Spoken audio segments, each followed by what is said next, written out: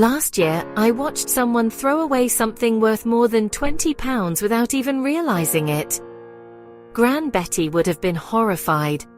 She used to say that most people put money in the bin every single week and then spend the rest of the month wondering where it went.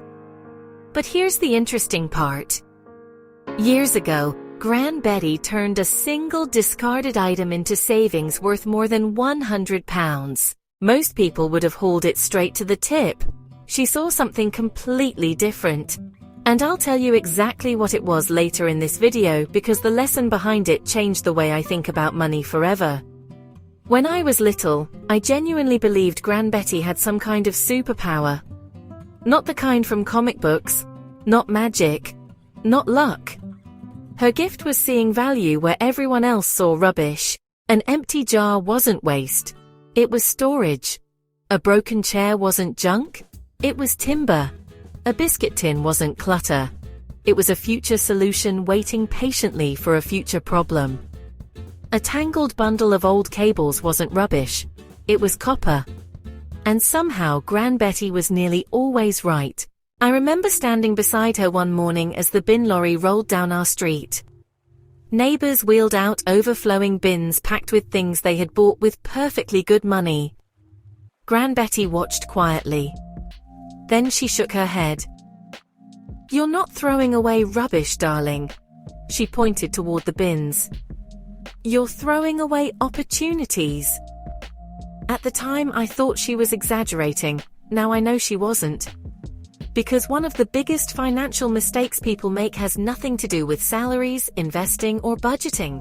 It's failing to recognize the value they already own. And by the end of this video, I think you'll start seeing your own home differently too. In fact, I want you to do something right now. Look around the room you're sitting in. Take 5 seconds. Seriously. Look around. I guarantee there is at least one item within arm's reach that has a second use you've never considered. That's exactly how Gran Betty trained herself to think. And once you start thinking this way, it's almost impossible to stop. Gran Betty grew up in a world where replacing things wasn't always an option. People repaired, repurposed, reused. Nothing left the house before earning its keep. Today, we've been taught the opposite. Use it. Throw it away. Buy another. Repeat. And every step in that cycle quietly drains money from your life. Gran Betty used to say, "The quickest way to get richer is to stop buying what you already own." The older I get, the more brilliant that sounds. Because every item reused is an item not purchased. Every purchase avoided is money kept. And money kept often works harder than money earned. Look after the pennies, and the pounds will look after themselves. That wasn't just a saying, it was a system, a philosophy, a way of life, and she had dozens of little rules like that. One of my favorites was, the bin should be your last decision, not your first. Another was, waste is just value wearing the wrong clothes. And perhaps the funniest, I've never met a plastic tub that wasn't trying to become something else. That one still makes me laugh because she genuinely believed it. Every yogurt container, every ice cream tub, every storage box. To Gran Betty, they were all waiting for their next career opportunity. Now let's talk about something nearly every household has. Laundry detergent containers. Most people empty them and toss them away without a second thought. Gran Betty never would. She'd pick one up and inspect it like an antiques dealer evaluating a rare treasure. Then she'd say, "That's good plastic right there." And immediately she'd start listing possibilities. Garden storage, tool holders, watering containers, plant pots, seed organizers, emergency buckets. The first question she always asked was simple: can it store, organize, or grow something? If the answer was yes, it stayed. If not, it went. Simple, practical, repeatable. I still use that system today. In fact, some of the most useful storage in my garden started life as something destined for the recycling bin. And here's the funny thing. The plants never cared. Gran Betty used to laugh and say, "The plants don't care about the brand on the bucket, darling. They just want the dirt." Now, here's where things get really interesting. Let's talk about the drawer. You know exactly which one I mean. Every house has one. The mysterious drawer full of forgotten chargers, dead headphones, tangled cables, random batteries, and electronic devices nobody has touched since the last century. Most people close the drawer and promise themselves they'll sort it out someday. Gran Betty saw something entirely different. One rainy afternoon, she sat sorting through a pile of old wires. I asked why she bothered. She smiled. Because somebody, somewhere, pays for copper. Simple, practical, true. Inside many of those forgotten cables sits real value.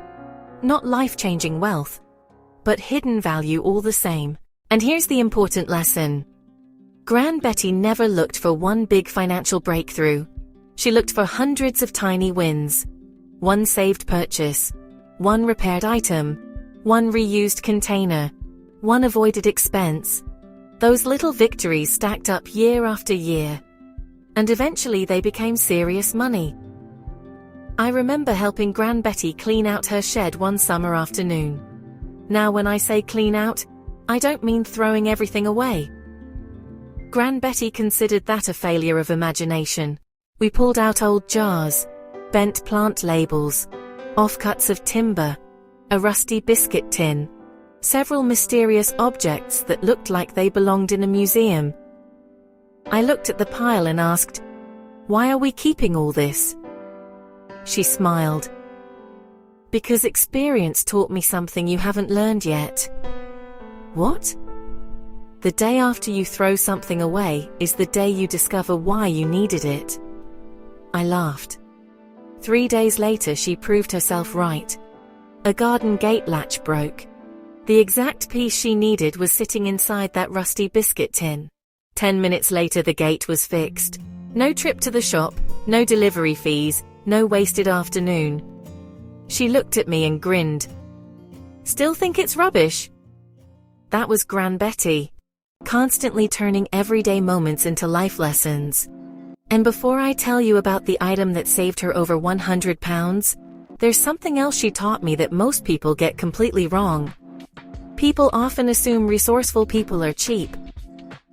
Gran Betty hated that idea. She wasn't cheap. She simply demanded maximum value from everything she owned. There's a difference.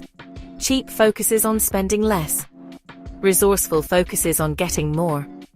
Gran Betty would happily spend money on quality. What she refused to do was waste money. She used to say, "A bargain can empty your wallet just as fast as a luxury." And that's true, isn't it? How many things have we bought simply because they were discounted? How many bargains became clutter? Gran Betty would say, "Most clutter started as excitement." That one hits a little too close to home. Now, if you're enjoying these practical lessons from Gran Betty, take a moment to hit the subscribe button. Every week we share timeless money wisdom that seems to become more valuable with each passing year. And if you've ever learned something unforgettable from a parent, grandparent, or mentor, tell us about it in the comments. I'd genuinely love to hear those stories. Now let's talk about another one of Gran Betty's favorite systems. She called it the one-in, two-uses rule. Whenever something entered the house, she immediately tried to identify at least 2 future uses for it. Not 1, 2. A glass jar stored jam today. It stored screws tomorrow. A wooden crate carried vegetables today. It organized tools tomorrow. A biscuit tin stored biscuits today. It stored spare parts tomorrow. Every object had a second act, sometimes a third, sometimes a fourth. As Gran Betty liked to say, every object should earn its keep twice. And that mindset changed everything, because suddenly every purchase delivered more value. Now remember the mystery I mentioned at the beginning? The item that eventually saved Gran Betty more than £100? Here's the story. One of her neighbors was getting rid of an old wooden shelving unit. It was scratched, wobbly, missing pieces. Most people saw rubbish. The neighbor was taking it to the tip. Gran Betty asked if she could have it. A few evenings later, she repaired it using timber she already had. She strengthened it, repainted it, modified it, then used it to organize her garden tools, storage containers, supplies, and equipment. Over the years, that single shelving unit prevented multiple purchases of storage systems and organizers. When she estimated what she would have spent replacing all that storage, the savings exceeded £100. But here's the thing. The shelving unit wasn't the lesson, the mindset was. Everyone saw the same object. Only one person saw the opportunity. Gran Betty always said, "Most treasure arrives disguised as work." And I think that's one of the greatest financial lessons I've ever heard. Not because it's about shelving, because it's about life. Opportunities rarely announce themselves. They usually arrive looking ordinary. Now let me share another simple system she used. Gran Betty kept what she called a 5-minute salvage basket. Any item that wasn't obviously rubbish went into the basket. Not forever. Just temporarily. Once a week she'd spend 5 minutes reviewing it. If she could find a useful purpose, it stayed. If not, it left. The beauty of the system was that it prevented impulsive waste while also preventing clutter. Because as Gran Betty liked to remind me, you don't need more storage. You need fewer mysteries. To this day, I still laugh every time I hear that one. As I've grown older, I've realized something important. Gran Betty wasn't actually obsessed with saving money. The money was simply evidence. What she truly valued was freedom. Freedom from waste. Freedom from debt. Freedom from constantly needing more. One evening I asked her why she spent so much effort repairing and reusing things. Her answer surprised me. She said, "Because every pound I don't waste buys me a little more peace." I didn't fully understand it back then. I do now. Peace isn't just money in the bank. It's knowing a surprise expense won't ruin your week. It's knowing you don't need every shiny new gadget. It's knowing you can solve problems with what you already have. That's the real inheritance Gran Betty left behind. Not money, not possessions. A way of thinking. And perhaps that's why her lessons feel even more relevant today. Because we live in a world constantly encouraging us to buy more, consume more, replace more. Yet very few people are teaching us how to get more value from what we already have. Gran Betty would have found that amusing. In fact, she once said, "Half the things in shops exist because people forgot how to improvise." And honestly, she might have had a point. Before we finish, let me share the Sunday ritual that tied all of this together. Gran Betty called it her household value audit. It took 15 minutes. That's all. Every Sunday evening she walked through the house asking 3 questions. What can be repaired? What can be reused? What can replace something I would otherwise buy? 3 questions. 15 minutes. Every week. Year after year. The results compounded quietly, and that brings me to one of her most powerful observations. Poor habits cost more than low wages. Think about that.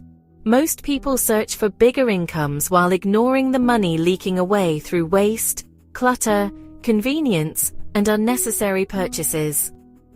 Gran Betty looked for leaks first, then she built wealth on top of that foundation.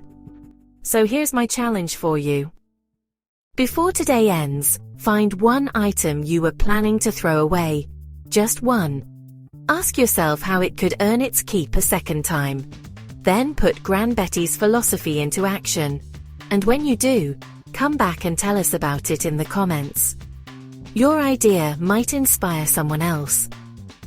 If Gran Betty's wisdom helped you today, please hit the like button. Share this video with someone who appreciates practical common sense, and subscribe to the channel for more timeless lessons from Gran Betty. Most importantly, don't stop here. One of Gran Betty's most powerful money systems wasn't about rubbish at all. It was her approach to shopping, budgeting, avoiding impulse purchases, and making every pound work harder. And honestly, it probably saved more money than all her upcycling habits combined. That's why I want you to watch the next episode in Gran Betty's Money Wisdom series right now. Because Gran Betty always said, wisdom is only valuable when you use it. And perhaps my favorite lesson of all, everything in this house has earned its place. The question is, what in your home could earn its place one more time? Click on the next episode of Gran Betty's Money Wisdom series, and I'll see you there.